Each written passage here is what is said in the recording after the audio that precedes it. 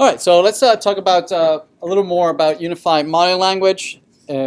So yes, last time we met, we talked about how UML, or Unified Modeling Language, is a graphical language that allows us to model a system in terms of multiple diagrams that are useful for graphically talking about a particular problem.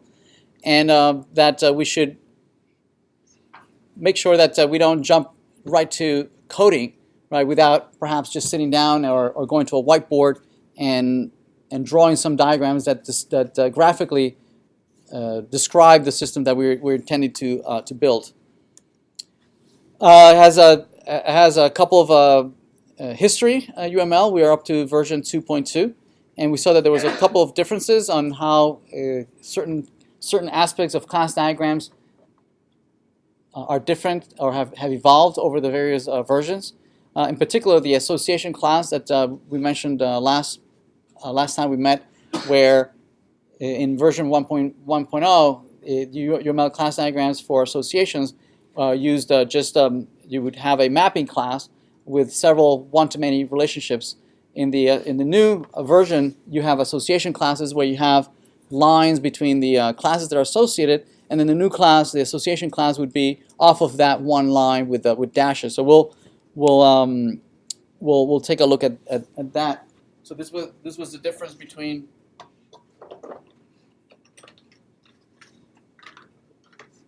if you had two classes A and B that had a one-to-many relationship between them.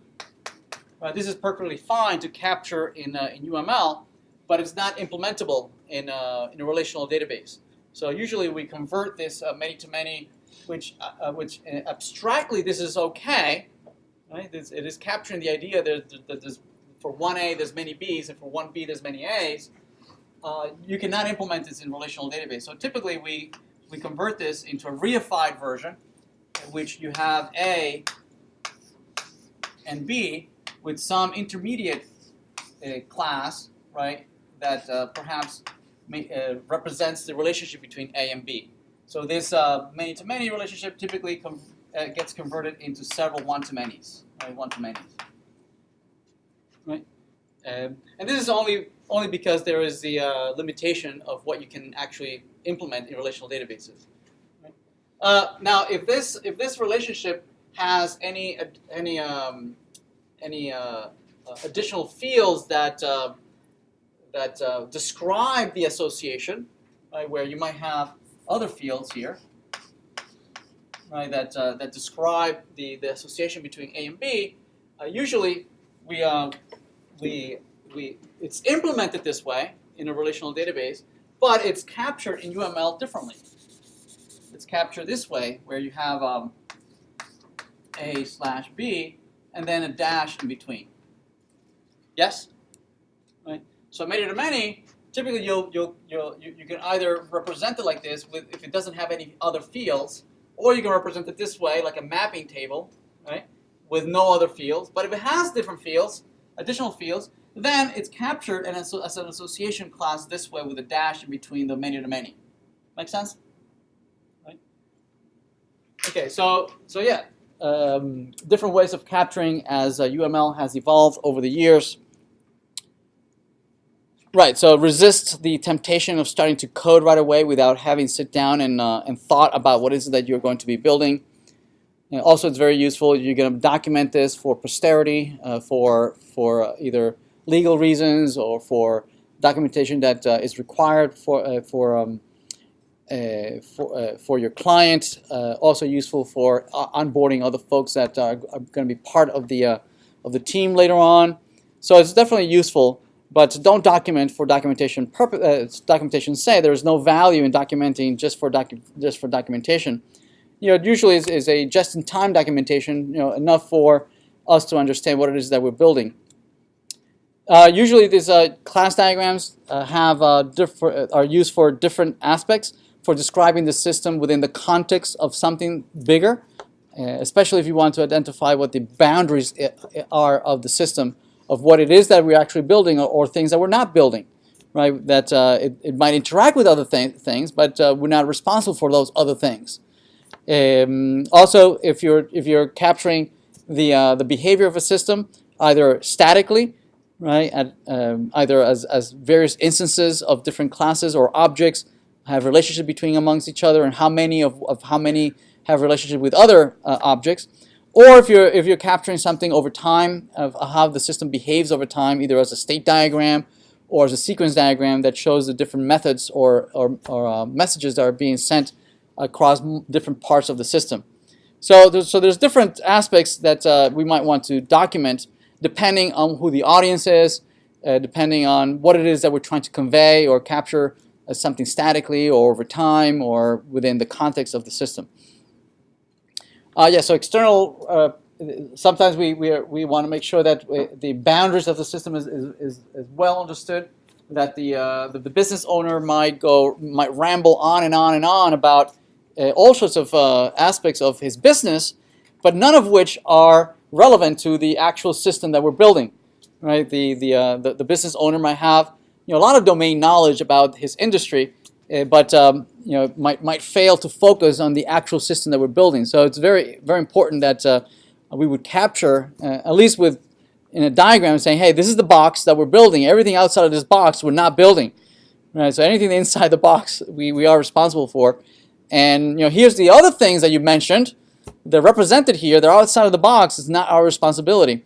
So it's also a very very useful graphic that says, yes, I see that that's exactly what we're building.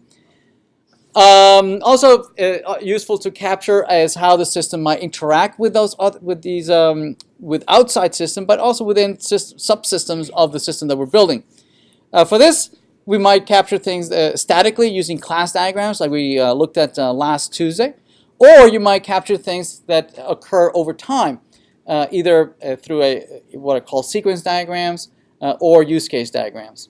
Use case diagrams are fairly static, where you capture using bubbles and boxes what are all the things that we're building, like a catalog of the things that we are building, whereas sequence diagrams might describe a particular use case and what are all the interactions of the different systems that would implement a particular use case. So here's an example of a use case diagram of a use case, and this is only displaying capturing the base path, the basic path, or what sometimes we might refer as to the best case scenario or the happy path, right? That we might find describing somebody buying a coffee. So for instance, let's just read this real quick.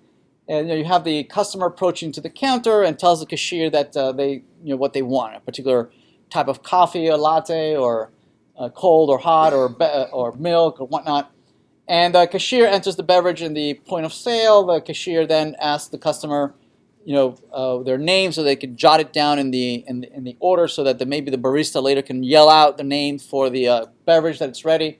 The customer pays. Maybe they pay with a credit card or cash or different ways that they can pay. The cashier records the payment, then communicates the details to the barista.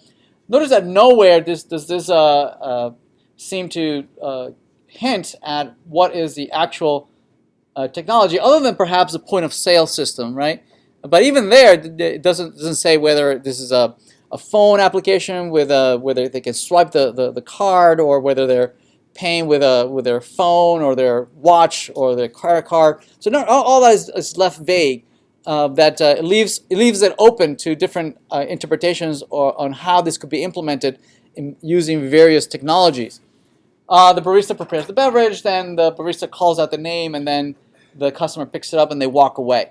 So this is the best case scenario. Nothing went wrong, but all sorts of things could have gone wrong, right? There's we can't do your latte, or there's no such ingredient, or your payment was declined, or the particular way of payment is not applicable, or you're given the wrong beverage, or they call out the wrong name, or there all sorts of things could go wrong, right? So this would only capture the what is called a particular scenario, right? The best case user scenario, but there might be all sorts of other scenarios that might be captured later in the variations of the use case, right? The collection of all the scenarios, right, the best case scenario plus all the other variations of the different scenarios together is referred to as the use case, So the use case might be also represented as a state machine, where you might have a particular path, right? That is the best case path, and all sorts of all sorts of other branches that go off of the best case scenario, and then might come back at a later point in the best case branch.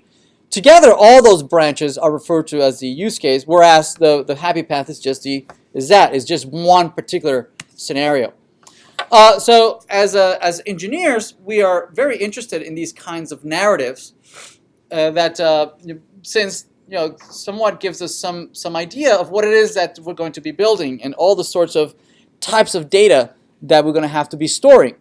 Some of this will be relevant, some of it won't be relevant. Some of this is just noise, and it's our responsibility to identify what is relevant and what is not relevant. Now, depending on your particular knowledge of your domain, you might come to this with some preconceived notion or understanding of how you would build this, right? Of knowing, because we all drink coffee, we sort of have a mental model on what are the fields and the objects and the classes that we might, and what are the relationship between them. And so here, each noun, we might understand that some nouns are just adjectives, or they are describing some other nouns, right? Like, for instance, customer's name. And we understand that, well, there's a customer, and the customer has a name, and maybe some date of birth, and has all sorts of attributes for a customer. And so we might already come biased with all sorts of mental models on how do we build this. If instead this is a domain that you're not familiar with, maybe it's chemistry or rocket science or physics or whatever, some domain that you're not familiar with, right? And there might be all sorts of vocabulary here that you're not familiar with, right? So for you, you'd be lucky to know that certain things are nouns and certain things are verbs, and since you don't know what the relationships are between all these nouns, for you any noun is a potential class. Yes. Not until somebody that is a subject matter expert might come back to you and says, no, these are not, some of these are attributes that describe some other nouns, and might come to let you know that certain things are related to one another and some things are collections of other things. Yes? So again, only your particular understanding of the requirements and the relationships that are being explained to you is what drives the data modeling, right? And you shouldn't be burdened by your particular bias of what it is that your particular knowledge of a particular industry. So always be open to when you're modeling something, be open to the specific needs of the business. Come to it with an open mind that maybe you don't know all that the business needs. Anyway, so one of the exercises might be to identify all the nouns. Right, and the next exercise might be which are classes and which are attributes of other classes, right? And other exercise might be to identify, now that I've identified the classes, how many of one class are related to many of some other instances of some other classes. Yes, so that's part of all the data modeling that we discussed on Tuesday. So here are the actors and objects. Some of these are non-humans, some of these are humans, beverages, payments, orders, and you have customers, cashiers, and baristas. So we have at least 3 human actors and all sorts of other objects in there. Oftentimes we refer to these objects, domain objects. Objects that are specific to this domain, right? Like a beverage. A beverage is an object that makes sense in the context of this domain of coffee shops. Yes. In some other domain, it would be movies or songs or whatever. So each domain has its own vocabulary of types of objects that describe that particular industry.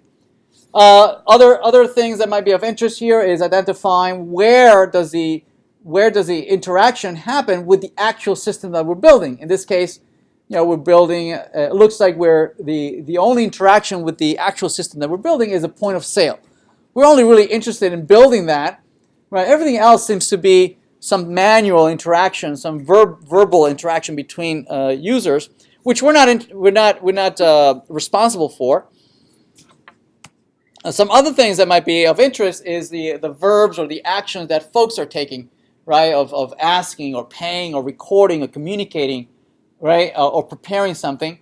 And this gives us clues on the relationship between the data models, between the different nouns, the different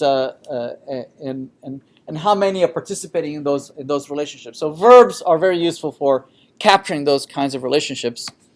And finally, any events that might trigger the transition of the state of the system from one state to another. For instance, upon completion, the order, something must happen to this order, right? It looks like the order might be in different states along the execution of this particular use case, right? The order was put in an initial state, right? That the order had been created, but it had not yet been assigned. Once the order gets assigned, it's in progress, right? Where the barista is working on it, and when it's completed, then the orders move to a completed state, right? So all these questions should be coming to your mind whenever we see these events, right? Moving a particular noun from one state to the other.